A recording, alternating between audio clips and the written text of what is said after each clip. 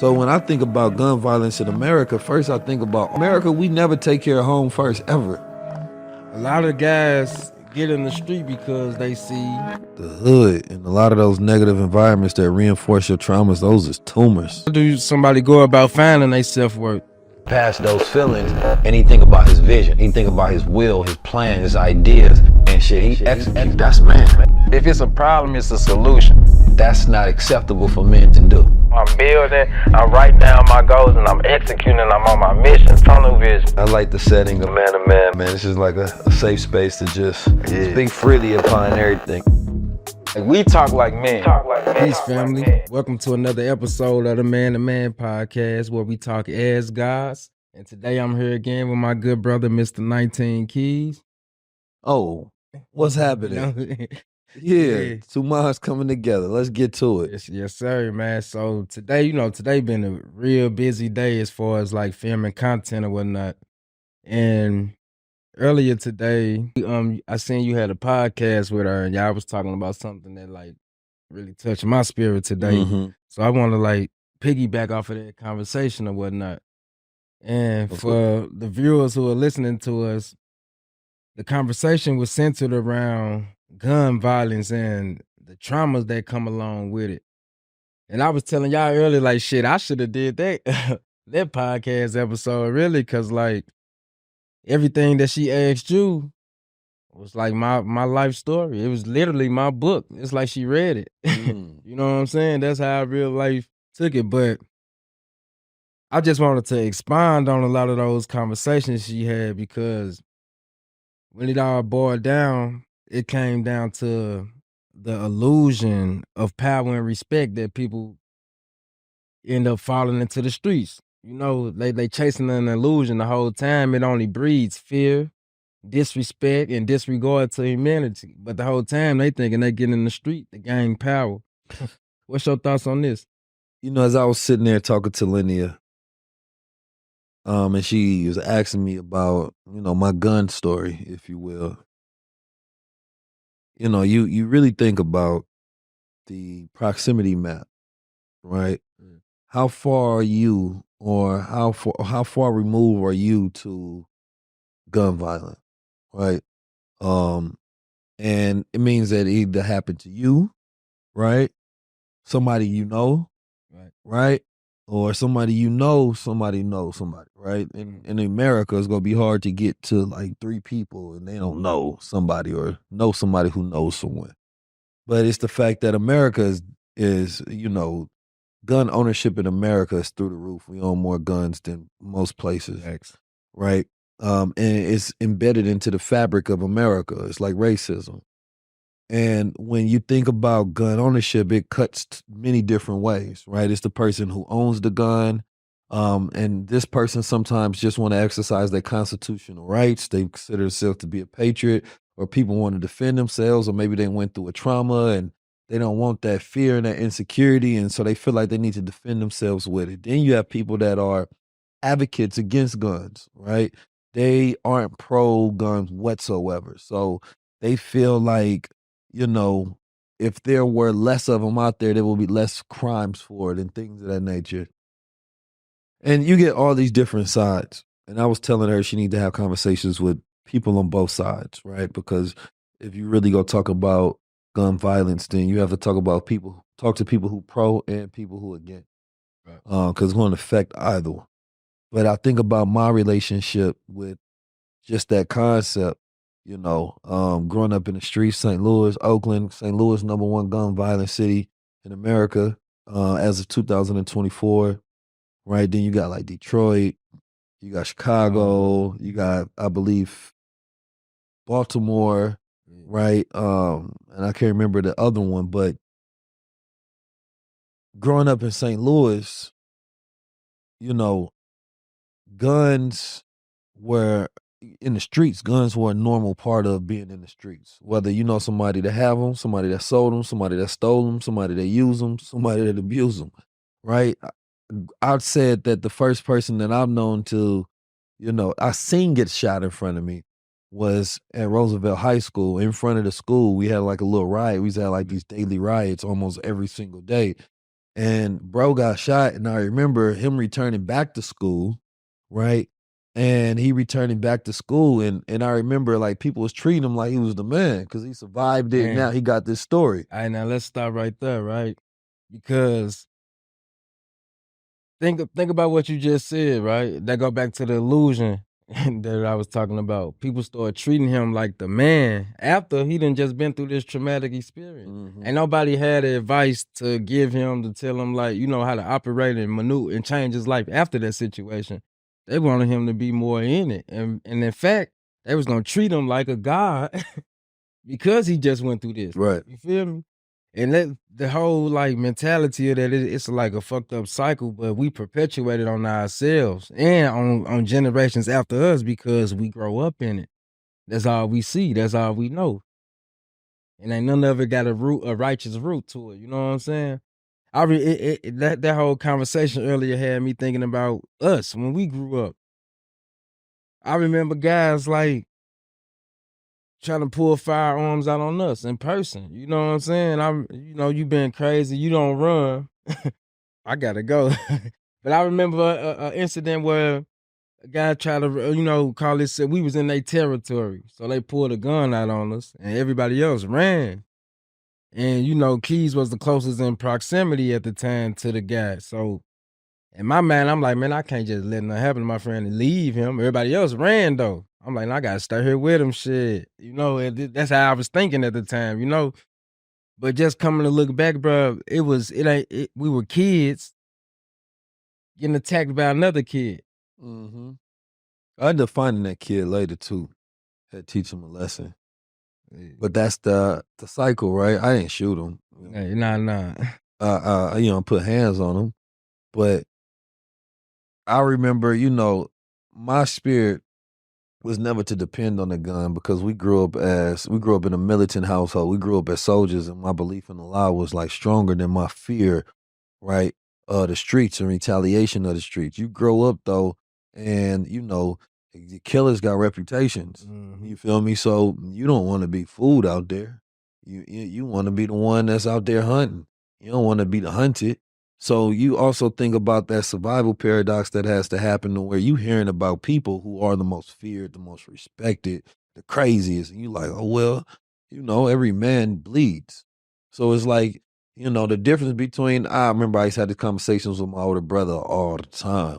Cause I'd be like, man, at the end of the day, you feel me? What kills one man go kill the next, right? And even if he a killer, he can still die, right? That was my mentality young, right? Just thinking about the fact this is how I always process, right? Never needing to have fear because it's more so about your willingness, right, to survive and what you would do. Because, getting to that point where you actually, unalive somebody or whatever, that's not something you thought that you would do when you were in middle school, playing on the school grounds, kicking it.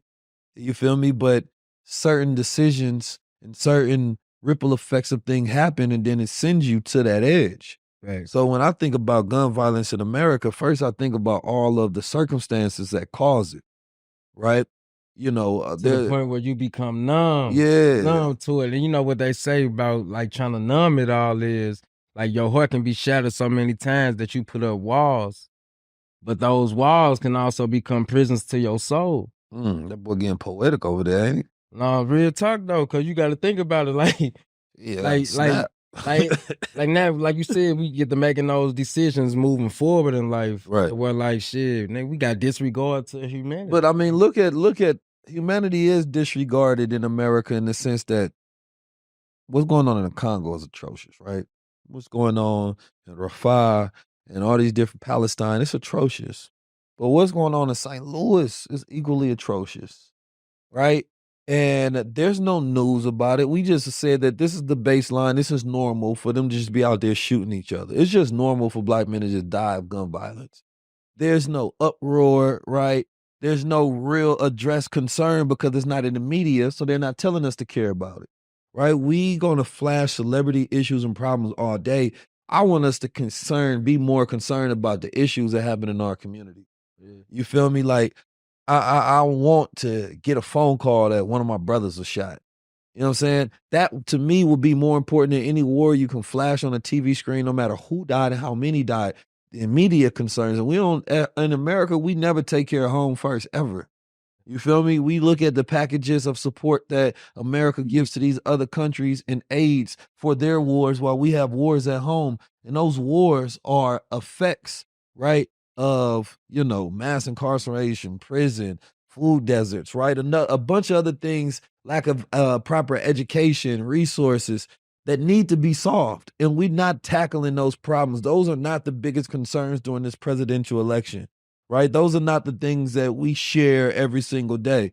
So it's like for me, and this is why a lot of people can be like, they can be numb to what's happening in the world because we're not even changing the things that's happening in our neighborhoods, in our cities, in our states. So I feel like before we can really have true compassion for the rest of the world, we have to get our own shit together in America. Now, speaking of getting our own shit together in America, right? I was talking to one of my cousins earlier, and I was telling him, like, I'm about to go and film the Man to Man podcast, and he was asking me, like, what did I cure up today, for us to talk about? And I was telling him a couple of talking points that I had, and he's like, bro, you know what you got to add on that? You got to tell these young guys to have patience. A lot of guys get in the street because they see the illusion. They see everybody getting the money. They see the women love them. They see the fake respect that everybody getting from, whatever, if it's on social media or in the vicinity or whatnot.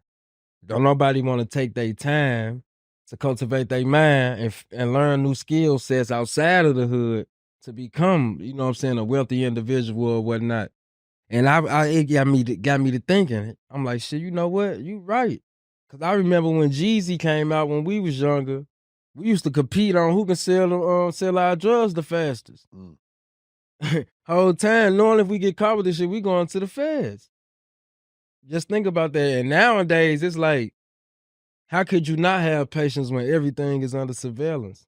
Right. And doing it for women now, go with a TikToker. She just wants somebody with money. She don't care. You know what I'm saying? Like the game has changed so fast, and you have to understand the hood is just a mentality at this point. And the moment that you see yourself as part of the world and not just a part of a hood, right? It changes the way you think about life because the world has access to the internet. The world has access to AI. The world has access to, right, financial literacy to where you can learn skill sets to go make money. The world has access, right, to modern, right, technology and education and opportunities. So when you see yourself as, man, I'm from this small city location, blah, blah, blah, say, then you're only going to think in that radius. When you say, man, no, I live in 2000, I don't even look at it like I'm a part of the world or America. I'm a part of 2024. You know what I'm saying? The time that we living in and everything that comes along with this time that we living in. You feel me? Like if you was going through a time machine and it selected a random year and you got dropped off, the first thing you need to know is what year am I in? So you would know what access to resources that you got available to you, right? And what knowledge that you have in your mind would be actually valuable. And it's the same thing if imagine you've been dropped off in 2024. Okay, what is available to you, right? Think from that starting point and focus on your growth to where, all right, this is what I'm going to do with the fact that, right, we have most things automated and we have the access to, right, an entire library at our fingertips. When you go back to the 90s and the average president did not have this much data as the average high schooler, right, does today. So now you get to make decisions on how to build your world out.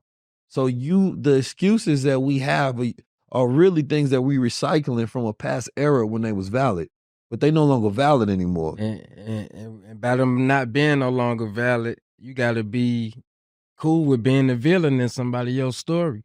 And I'm gonna say that to clarify what I'm saying is, if you walk out this door right now, right, you're gonna walk past hundreds of people, right, and they gonna, whether y'all make eye contact or not, the people you see throughout the day, they gonna have a thought in their mind of who you are or how you operate. whole time they don't really know you. Only you know who you are, right? 100%. So you got to be cool with being the villain in somebody's story, because even if you try to change your life, some people might be like, "Oh, you faking," or they just waiting on you to fall off, like they just did Drake. They waiting on you to fall, and then just, you know what I'm saying, throw the shots at you. I knew he'd be back. I knew he'd be back at the bottom. Drake didn't fall off. He lost a battle. I mean, nah, let's just move forward. I'm just using that one as an example, but still. But you know what I'm saying though, like some people just wait on your downfall. Some people just used to the old version of you when you try to transition, and you can't let that shit win. I don't mind. You know, I'm not responsible. That's one thing I learned a long time ago. I'm not responsible for what's in other people's head about me, right?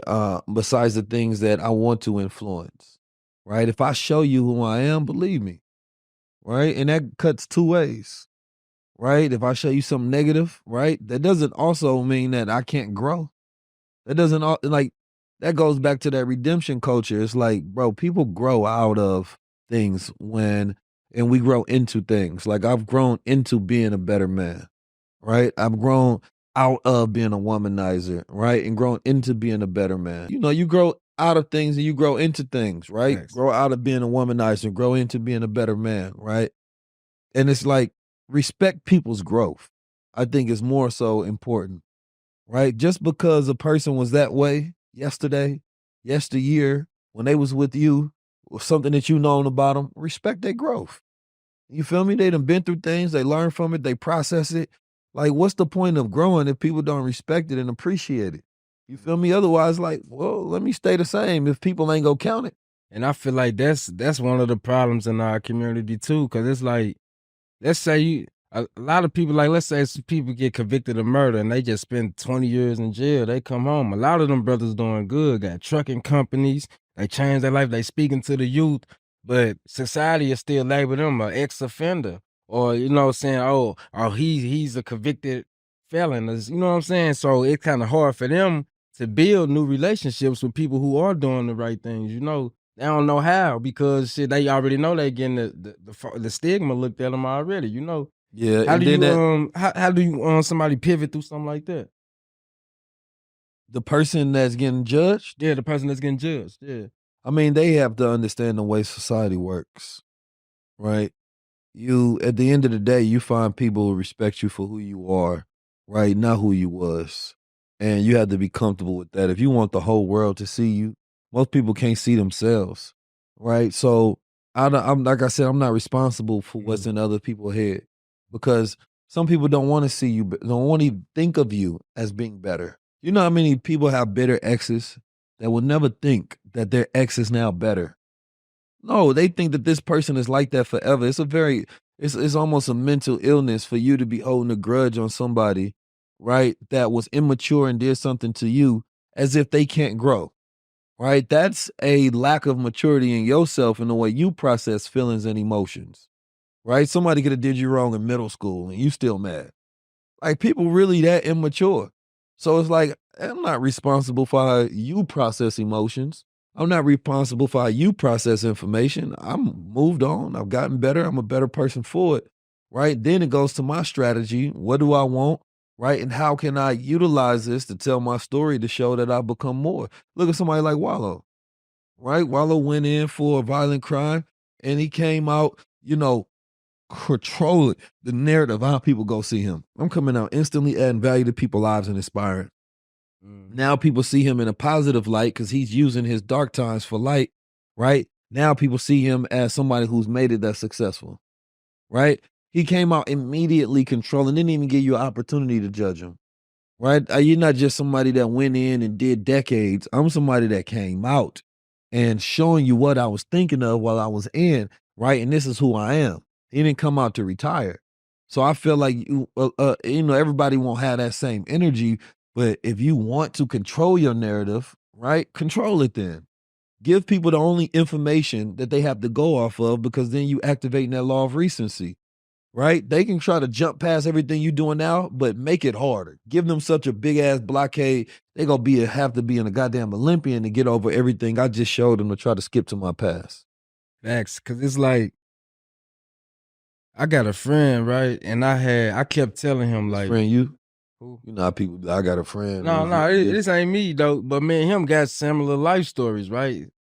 to the point where, you know, me, I changed my life. I ain't out there in St. Louis doing none of the shit that I used to do and be into, you know. For real, you know, I'm You big was bro. thugging. I was big bro. You was know, I'm thugging. big bro. But You was for thugging. real, like I changed my life, right? So I'm telling I him, can't see thieves thugging for real. man, stop that cab, bro. I used to walk you home, bro. Like you couldn't, like, you're playing. But real talk. So Bro, look, he wasn't walking me home. He was walking to my crib because he was afraid to walk. I said, bro, we got to split up, bro. You live that way. I live this way. He walking to my house because he afraid to split up. Then he go call his big sister to come walk him home. Stop playing. But look, my bro, right? He gets out of jail, right? And he called himself trying to transition from being in the hood to become like a rapper and start a record label or whatnot. Yeah. And he started, you know, helping his friends get off drugs and signing them as rappers, you know, to help him push a label. They shooting videos. They doing good, getting booked for shows. A lot of mainstream artists come to the city, do music with him and everything. But I always was tapping in with him just to, like, bruh, I love what you doing. Cause he'll do me the same way. I love what you and Keys and them doing for the culture. I'm like, bro, I love what you doing for your neighborhood. You got all your brothers off drugs. I literally knew y'all. Like, you know, I seen the bad and all of that, but y'all doing something positive. But can you do me a favor and stay out the neighborhood? He just passed away a couple weeks ago. On the same neighborhood I told him to stay out of. You feel me? And now I can just knowing how St. Louis work in the cycle, I can see a lot of his homeboys falling back into the old cycle because they ain't got that leadership no more. They was looking up to him as a symbol of hope. You know what I'm saying? And now somebody just hated on him and took it away from him, tried to rob him, you know? And that just got me to thinking because I try to numb out a lot of the trauma now because I'm not in that whole environment anymore. But somehow when I get on social media, that shit always find me. You gotta change your media up, man. I think one of the hardest things, right? It's like I don't know the medical science around it, but like I know for a fact when you got a tumor, you gotta cut it off. You feel me? And the hood and a lot of those negative environments that reinforce your traumas, those is tumors sucking life out of you. You feel me? I cut things out, not cut them off, cut them out of you, right? It's like this don't need to be a part of you. This is an abnormal cess that's taking your life and causing cancer in your body. You feel me? And when you start to make that change, some things you have to cut out, right? It's the same thing with a diet. There's certain things I can't eat. I'm on a diet. I got to go. I'm not about to go to the candy store every day, right? Tempting myself when I'm trying to goddamn get rid of processed sugar. And that's the same thing with social media. Like we have what was Cat Williams said? We have an unnatural loyalty to losers. Doesn't make no sense. And if you want to make your community better, that's great, right? That means that you have compassion and there's something active that you can do. But to constantly empathize with people who's struggling that you can do nothing about, which only loops you into the cycle that they going through instead of focus you forward to actually be empowered to do something about helping the people that you see, right? That is not good for you and that's not good for nobody. But people that's going through misery, of course they want company. So they're going to invite you over. Of course they want more misery. They're going to show you the misery thing, the miserable things that they're going through so you can see it. No, I think that's another thing. Like we need to stop showing everybody your misery.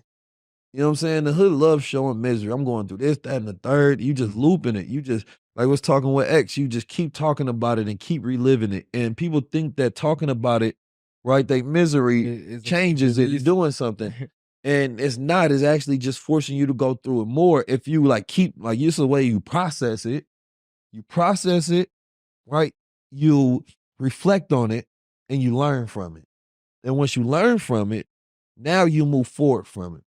But until you learn from it, you can't move forward from it and it stays a cycle, right? So that has to be the process when you go through things like, bro, I'm done with it because this unnatural loyalty that I have to this environment makes no sense when there's nothing in this environment currently as it is that can help me be a better person. There's no wealth in this environment. There's no spiritual wealth. There's no physical wealth. There's no mental wealth. Nothing in this environment can help me get to my peak. So out of all those things you just named, right?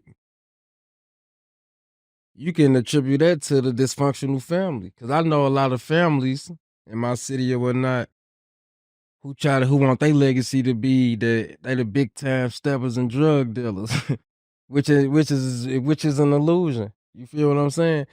How do we guide the youngins to, you know what I'm saying, separate themselves from that type of family legacy moving forward in life, and and try to become that one that break that generational curse. It all comes to, it's talking to the brother. It comes to making a choice, right? If you want the same life and the effects that making a choice that your previous family have gotten, because then you ain't gonna find nobody who got a legacy, right, of drug dealing and killing, and they don't deal with incarceration and death, right? It don't deal with grief. If you want to perpetuate that cycle, you don't have to make no choice. Continue to go along, right, with that. But if you really a gangster, right, then you gonna move your family forward, right? Sometimes a gangster, they got to switch up their product. You feel me? They got to sell something else. The goal, if this is this thing, you want good for your hood. You want good for your family. So listen, y'all might not understand the same thing when a new drug was introduced. They say, listen, y'all want money? I got a promise of wealth for y'all. This the new drug we about to push, right? Now, when we talking about wealth, we saying, listen, you want wealth? You want money? This is what we about to do. The family got to learn new skills. We about to push this. We're going to get a little militant with it. This the code. This is what we going to get, but this is what I can promise y'all, and we got to push a new vision. Everybody ain't with that, then go push it on your own. Because sometimes a man got to go make his own family when his family ain't trying to do right.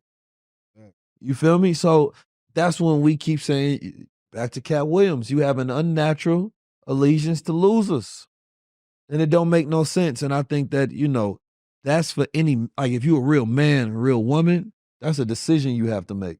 You make a choice to be mediocre, as the brother was talking about, you make a choice to be great, right? There's a ladder of choices that we make about who we are and we see ourselves at. And the environment reflects who we are. So we see ourselves in an environment, you surrounded by this, so you believe you have to fit and assimilate into this, and that's how you see yourself. So you got to make a different choice. Find something else. Find what you want to be. Make a choice to be that. And then after you make that choice, don't allow nobody to interrupt. You have to point your gangster into a new vehicle. Now, like you said, you got to see yourself, right? Growing up in that environment, how do somebody go about finding their self-worth? Well, I would say in today's time, right, finding your self-worth is about self-awareness. You feel me? And that's the beauty about the time we're living in. Like, it would have been different at different points in time to be like, but these people don't have access. Like, they can't just go watch a video. They can't just learn. They can't just pick up a skill. They don't just have access to all the information in the world. Now we do, right? There's no shortcuts besides learning. Learning is one of the best things anybody in the world can do. A smart man, anytime you learn, you give yourself options, right? You give yourself complete new opportunities that you normally couldn't have, because the biggest issue in the hood a lot of times is all this creativity without opportunity, right? It was the poor education system, but now, shit, man, find your interest and educate yourself, right? So it's like, it's a mindset shift about like, who are you and what are your focus? You got to make your primary need growth, right? To see yourself grow. When you are in survival mode, it's hard to focus on the need of growth, right? But that's what you need to focus on, because growth is going to make you learn and it's going to make you develop skills so that you can achieve. So no matter what situation you're in, no matter how abhorrent that it is, the only primary issue a lot of times is when you're going through something so traumatic that you can't focus. But learning helps you heal as well. Because when I went through rather different traumas of like learning, healing, Right. I had to learn. What the hell is this? Where did this come from? Why do I feel this way? Why do I think this way? Why do memory cycle? You feel me? What the hell is a vagus nerve and a SAR and understanding these different things? That learning helped me process to understand, so I wasn't stuck on it, right? And by going through that, being able to heal, now I'm past that point. Now I can start doing. Now I can use this information past survival, and I can use it to thrive. You feel me? So you're never going to be. It's never a waste of time learning. No matter how much time you spend, right, learning, it's going to be valuable. So even man, if you can't use it right then and there, exactly, you can use it in the future because right. you equipped with it. And that was one thing I had to learn because like going on my journey or whatnot of healing. The first thing I had to do was realize that I had the power to redefine myself and my identity, and not connect myself back to the street life. Cause I ain't no way I was coming back home dealing with Gen Z. I ain't gonna lie. Yeah. Lie to you or whatnot, you know. And yeah, Gen Z is a different ball game, man. Like you it's disappear and you come back in the middle of Gen Z. This is you don't know what's going on. You feel me? Like I want to make sure that I don't know if this is for you as well. I want to make sure that I stay close to the ground of like understanding each generation. I don't want to ever get to that point where I'm so disconnected I can't understand. that's why I listen to a lot of music that y'all probably don't. That's why you be on that little Uzi. Nah, I don't listen to no Uzi, bro. Like, I ain't gonna even play I don't even play with that type of fan base. But anyway, bro, you be on that Uzi tough. But nah, look, bro, I still listen to the Futures and you know what I'm saying, what's going on that's relevant as far as Future is not Gen Z. I mean, but you know, Future is 40. He's a baby boomer. I still listen to trap music, like what they call the millennial? Only because I want to know the lingo. Like I gotta know like what the fuck is going on in the street, especially with us traveling a lot and moving around. Ain't nobody finna speak a code around me. I'm gonna know what's going on. Believe that. Like that's just how I think, you know. Cause like I said, my trauma responses kick in. I've been shot so many times. Yeah, damn. You know, I gotta start. I ain't made up new lingo in a minute. I used to come up with all kind of new lingo. I used to put out there, man. Remember that song we had, the purple. Oh yeah. But that's air though. You feel me? Yeah. You feel me? Hey, that's crazy. But yeah. But no, for real though, like you said. I was saying that's a new lingo, air. Yeah. That's air. It's neither here nor that's just air. You feel me? It's air. You feel me? Y'all with me?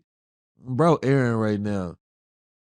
Like how they say you gassed out, you airing right now. I like what you said about that, like not being disconnected from what's going on, especially like per generation as the time. Cause I plan on getting old. And I don't want to be considered like what they call old folks. Yeah. Once I reach that age. Now you definitely got to stay in the mixture. You feel me? Yeah. You gotta make sure that you understand the measurements. You feel me? How things. Look, I'm finna. Oh, you already know I got this joke with that. He was finna fall for the setup just now, but go ahead. No, listen. Nah, you airing right now, bro. I'm serious. You airing right now. I ain't even about to play with you. Dude gonna be dressing young and shit. Stop playing with me, man. No, for real. You gotta come up with your own lingo, man. You feel me? And then spread your lingo around, man, so that people use what you got going on. You feel me? Man, come on. He airing right now, bro. Bro, airing for real. Hey, for real, bro. Get back to the old conversation, bro. Like, nah, we moved past that, man. You airing right now, man. Nobody finna be saying. Bro, stop it. People on air right now. Chill. Yeah, you got something you want to talk about today, man? You know. Oh yeah, there's a few different things. People have been talking about this influencer recession. About the what? Influencer recession. Do you think there's an influencer recession? Well, nah, I don't think it's a recession because I seen that a study that says 50% of Gen Z want to be influencers. So that means like shit, half of this world want to be influencers. How could it be a recession? Right. Now I think it's a recession on good leaders, good influencers, you know, that righteous influencers. I definitely think it's a recession on that. Yeah, I don't think that there's an influencer recession. I don't think there's a podcast recession. I don't think there's no recessions. I think recessions are ideas. I think that there's a transition in the world that goes on. And I think the moment you get caught up in utilizing that lingo, you believe in this idea and it goes down. I think what most people don't know how to do is properly utilize things for maximum impact, right? Influence, of course, is valuable. No matter what is going on in the world, influence, true influence is valuable, right? And an influencer, somebody who is truly an influencer, they have power over spending power, right? And so they have economy. And so that will always be valuable. Now, the next stage is teaching people how to use it properly and how to put infrastructure behind it. Same thing with a podcast. Everybody should have a podcast if you got a product or business and you want to create a personal brand, right? But the difference is what are you going to use that podcast for? And what is a podcast? Is media. It's a cycle of attention. Attention is to put advertisement on the platform, right? Put your own advertisement connected to your product or your community, right? And then people, learn how to put together pitch decks to go to brands and, how to utilize the value of a podcast or media, right? Or creating a brand. Personal branding, community branding is the biggest thing right now. Everybody needs a brand. You feel me? So I think that the way that we talk about these things is important because, and unfortunately, there's so many young people right now, right? 50% of high schoolers want to be influencers. Right now, everybody is not going to be a high level. There's going to be low impact, low level influencers for sure. There's always going to be that. In every category, in every industry, in every world, they have people that are high level, people mid level, people low level. Right? I think that if you taste test to see that if this works for you, and it doesn't, right? And I ain't saying quit. I'm saying like be consistent, right? See if you got the passion to like move forward. Because when you talk about being an influencer, you're talking about being a leader. That's simply put, right? Is the difference is that every single people be like musicians and artists and entertainers not leaders. Yes, they are. Influencers are leaders. The thing, here's the thing. Every leader is an influencer, but every influencer isn't a leader. But one of the traits and characteristics of a leader is being influential. The difference is that when people don't take accountability for their leadership, then they're bad leaders, right? So there are people who have the influence, right? But they don't really give proper guidance. They don't have intent behind it, right? They don't have structure behind it, right? So they have a tenet of leadership, but they don't have the values set up so they have accountability for where their influence leads people. So, and I know I said it in a roundabout way where, influencer is a leader in the sense that you influence people, so you lead them literally, right? Because it doesn't make sense to say an influencer is not a leader if they actually are an influencer. But at the same time, if you don't have accountability for where you're leading people, right, then you don't care about your impact, for you're not a good leader. So we need to focus on good influence, not just influence, because there's a lot of bad influencers, right, which are people who take no accountability. And then there's good influencers for people who have good impact based on the things that they provide attention to. Now, speaking of that good impact and good influence, I had put up a post earlier today, and some people may know about this popular natural food restaurant in Atlanta named Wabata, and I seen that the owner of the Wabata restaurant or whatnot, she was attacked in front of her children a couple weeks ago, and it got me to thinking to the point where like, how come we don't take our community leaders and, you know what I'm saying, high regard? Like, we supposed to protect them people, by any means necessary, man. Did you get a chance to see that? Yeah, of course. Shout out to the sister, Nalaja, right? Beautiful children, beautiful space. We have Goldwater in there. It's just one of those beautiful community spaces in Atlanta, right? One of those places you go to and you feel like you really in the community. Right. You feel me? I love going there. Great food, great energy, great vibes. To hear that the sister was attacked is heartbreaking to me. And then it's like, we hear this often, right? Protect them at all costs, but nobody actually does the protecting. And I think that that's something that is that next level of establishment of like, where does that real community policing come into? You feel me? And that's something that we have to really get together. As a community front, you create security forces and protocols, but then that has to be funded, right? So a lot of the different things, right? I want to make a point here because a lot of times we have goodwill, right? But we don't have good resources to back up that goodwill. So nothing ends up being done because everybody has to work, everybody has to survive, and everybody's focused on them.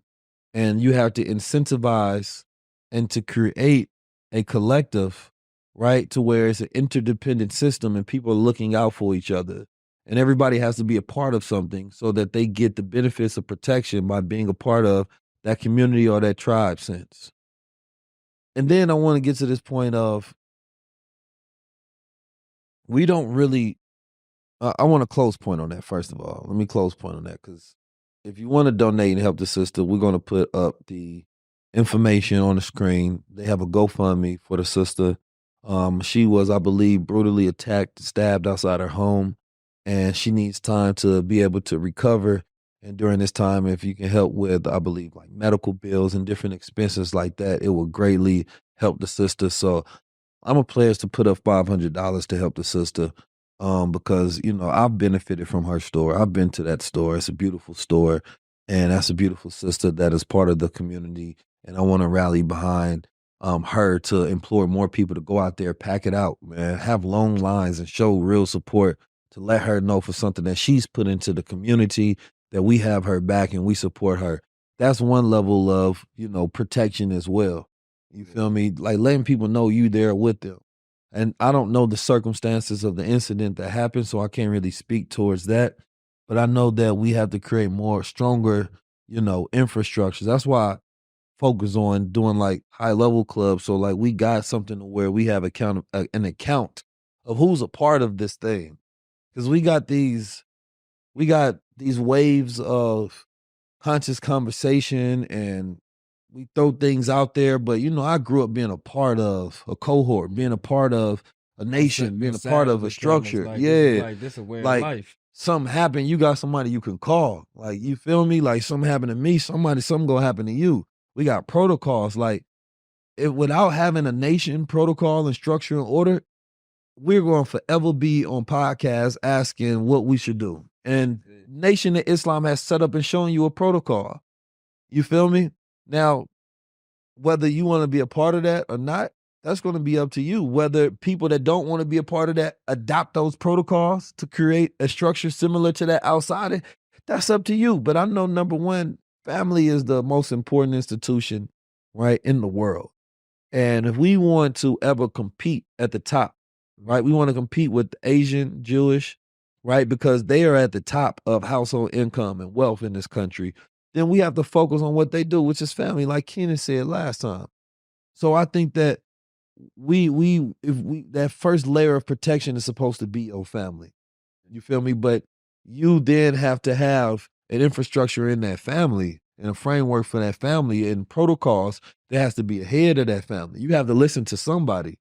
You feel me? Whether you want to or you don't want to. You gotta build your own. Gotta be a family. leader. Yeah. And then if you don't have that within your family, then find one. But like, you shouldn't be out here as a lone wolf.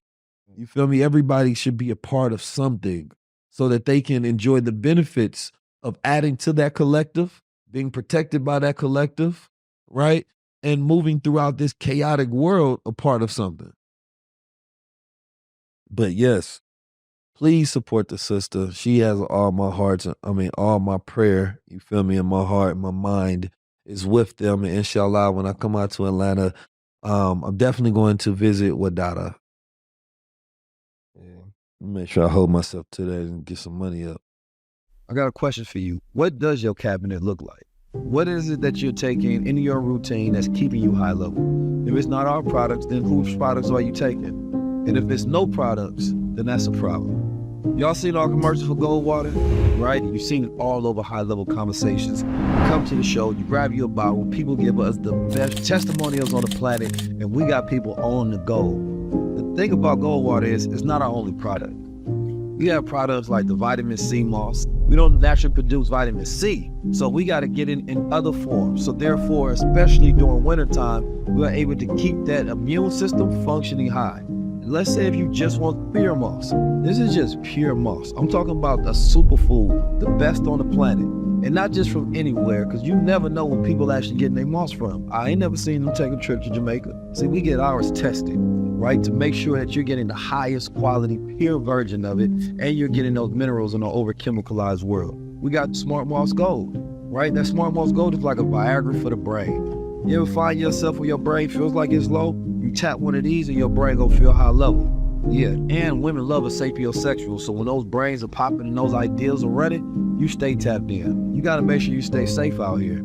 There's all sort of viruses and diseases that's running around this world, especially during this time. If you're traveling, make sure you spray this on the orifices throughout your body to kill any of those viruses or any of those things trying to invade you. So make sure y'all tap into goldwater.com so next time somebody asks you, what's keeping you high level? What's keeping you young and healthy and wealthy feeling?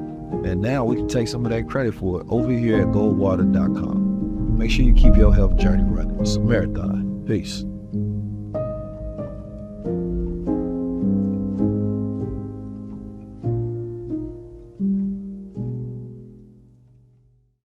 I want to talk about I was on tour, right? Did a beautiful world tour. I went to a couple of different cities, right? Detroit, Chicago, Philly, Baltimore, Atlanta, LA, Dallas, Houston, right? Toronto. We was all over. And the thing about when you build up something like this, people stop looking at you as a person. They start looking at you as an institution. So people don't have empathy whatsoever. And when people haven't done what you've done, they don't know the process of doing that thing.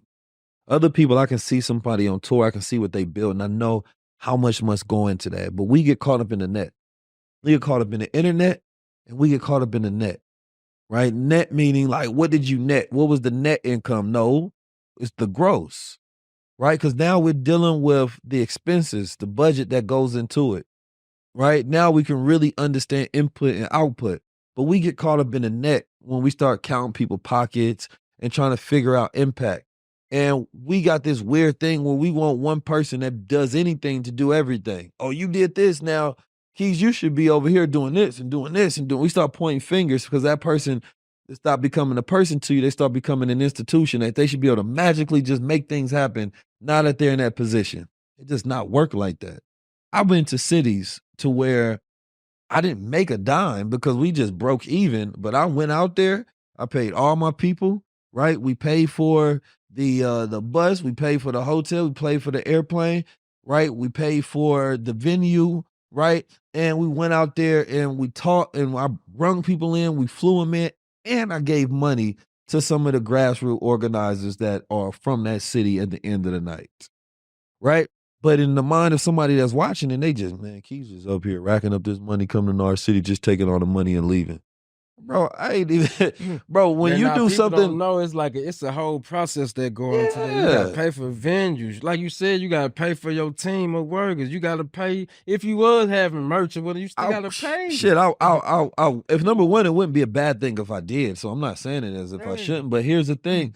Like, I wasn't pushing some upsell on people where I'm trying to get you to buy something for $20,000 at the end of it. I know people who run those plays and make tens of millions of dollars, right?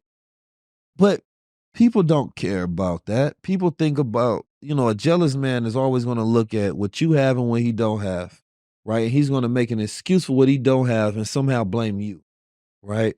And he's going to want you to do more than what he's doing, right? But he doesn't even know the level of requirements that it takes to do what you do, right? And that's why, you have to be able to block out certain noise. That's why I say no is navigating opportunity. I know how to say no to people. I know how to block out people right? Because I know that they just simply don't understand. And at your level, you have to look at things like that.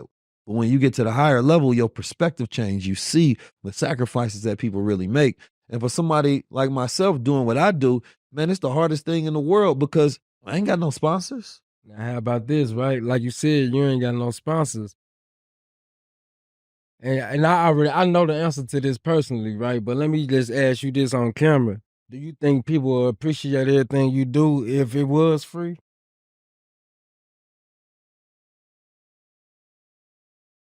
No. People don't appreciate free things because there's nothing earned. People, we appreciate the things that we earn. I don't even know how to, I would love to, in my heart of hearts, I would love to go on a whole world tour, curriculum, everything, give it away for free. But I don't know how to do that without money. Right. Like, I come from the same circumstances as everybody else. I didn't inherit anything. You feel me? Ain't nobody knocking down my door and say, Keys, want to give you millions of dollars to continue to educate your people so that you can get and liberate them and reskill them for the future. Right? Ain't nobody go do that. So it's like, it takes me 10 times harder to get things done. We working every single day on the clock. Now we're putting together funnels and systems behind things because, oh yeah, I want the money because and when we get it, then we can really see what fully funded ideas look like. Then we can get to the impact. But this the process. Niggas got to stop hating on each other, right? Because other people know how to understand. First of all, they respect the work that's put in to build anything. Because the average person ain't trying to be great. They ain't trying to scale nothing great. So I'm gonna respect everybody in our community that's doing something great. Even if I don't like what you're doing, I respect the work ethic behind it. Because even if a man does steroids, he still got to go in the gym and work out. You ain't gonna just take a steroid and sit down and get muscle. You still got to dedicate yourself every single day to go do it. The only difference is you're gonna get more results. And that's how it is that we don't have bank, right, to where we was able to get loans and things of that nature. We don't have infrastructure to where we get the assistance when you start building. The difference is other communities take steroids, so when they work out, they get more results. We working out and we doing it naturally, right? That's the analogy that I see things. So when you're doing something naturally, it's going to take you way longer than somebody who take a steroid, right? And the reality of, trying to build anything is we got an immature culture. We have to work through things. We have to process through things. And as you said it earlier, it requires patience. We never even get to see what things flourish into because we be trying to stump them before they make it. I just seen where the Winklevoss twins that run this platform, Gemini Crypto, had paused people's crypto payments for 18 months. And 18 months later, they was able to pay back $2 billion. But did they get their name dragged through the mud, called scammers, this, that, and the third, before they was able to 18 months later get that money, pay it back after they make interest off the money? No, but in our community, we do that. You feel me? We have no integrity when it comes to, like, what is the vision that you want? Most people that criticize other people is only because they want the spotlight that that person that they criticize have. It's not because they want better for people. It's not because they want more. It's that they jealous. And when we root out envy and jealousy in our community and our culture, then we actually have one that's worth keeping, right, and moving forward. But until we rent out that, we ain't gonna never have shit. And that's why a lot of people, I meet black men, they be like, bro, I'm moving silence. I got this, that, and the third. Right, bro. Sit down and give me game. Nobody know who I am. I was watching the last episode. It ain't nothing better than to be an anonymous, successful black man in the world, because the moment people know about your success, they're gonna want to take you down. And I was watching the last high level conversation episode with you and Nuri Muhammad, and he say you gotta outdo your past self, not your peers. Something along that nature, Yeah. Like, a lot of us, all we do is try to compete and outshine each other, stun on each other, and that shit it ain't nothing but an illusion, really. Right. Because you don't know what I got and I don't know what you got. Now, there's one competition that I like, because, healthy competition is good. Yeah. It can be constructive. I see these brothers out there doing a 60-day transformation. My brother, what's his name? Jeremy Anderson hit me up today. you know, he was like, Keys, how come they ain't add us to it? I say, bro, first of all, you already know why, brother. You know what I'm saying? I don't know why. Come on, man. I'm on. You feel me? Who wants to be in a competition with somebody you know gonna win? You gonna really call up Jordan in his prime? You know what I'm saying? To play 1-on-1 with stakes on the line in front of the whole world. Maybe they could. Maybe go back to the leadership. I'm just playing, bro. Let's go back to the leadership conversation. No, Maybe but they first of coulda all, used some of the tactics. Or I like the fact that training. no, it's a good thing. I like the fact that I see them doing. I see Trap. He been going hard on them, talking about some get off the Stairmaster. I see Alex Good Energy talking about I'm gonna stay on the Stairmaster. I see him 500 talking about some man. I had gastric surgery, and you know I wanted more than anybody, and I ain't just working out. I'm training. That's good competition, because if that competition is duplicated, right, by other people that's watching them, then that's good leadership, because people will start following that protocol. America is obese. It's Ozempic Olympics out here. You feel me? And Black mental health can be stimulated by working out. So, you know, y'all continue to work out, man. Continue to try to get that 19 Keys body and get yourself together. I understand what's going on. So we getting back on our challenge tomorrow? Finally, you go get back in the gym with me, man. I've been waiting. Bro, gotta go. Like, you been tripping, bro. I ain't gonna lie. Hey, every time I see you, I be wanting to punch you. We're gonna say that for another day, but I'm gonna get back in the gym though. And I already made a commitment. I've been working out by myself, and it's been tough. Cause when you just working out by yourself, you gotta just motivate yourself to keep going. Well, I'm finna go that back. Extra rep. It's hard as hell working out by yourself. Cause I can't let all of them pass the guys. Yeah. You know. And 500 about to be buffer than you. Alice Good Energy, Trapper. Yes. All of them brothers, but you gonna be out here looking like Danny DeVito. On that note, we gonna end the episode. Oh. Brother said Danny DeVito. Look at Solomon like, who? Yeah. Yeah, I'm about to be on my Michael J. White. You feel me? Stop playing. Yeah, but I'm about to be, well, I can't even say this guy's name. But yeah. Who? Don't even matter. What you about to say? We gonna bring this one to that's crazy. That's crazy. I don't even know who he's about to say, but that's crazy to have to pause yourself. It's from the Man to Man like trailer. Like when we first launched it off, you know. Bashir? Nah, hell no. That's your body go, Bashir? Smaller than this. Shout out to Bashir, but Bashir is your body go? That's crazy. Nah, bro, it's something it was a joke that you had said in the trailer, but I ain't gonna say it because I don't, you know. Right. Yeah, forget it. But go watch the trailer there if y'all want to know. But this is the end of the Man to Man podcast. Thanks to my brother. Yes, sir. Showing up, you know. Man, it's been a long day. It be busy like shooting content. I've been shooting all day. But at the end of the day, got to get done. Yeah, I ain't made one and post. And we got to stay today. consistent. Now I need Solomon to send me some content so I can make some posts. High Level Club, come on, man. You got to step your game up, man. Let's get it. Peace. Man, that's been over. Welcome to the Man to Man podcast. Talk like God.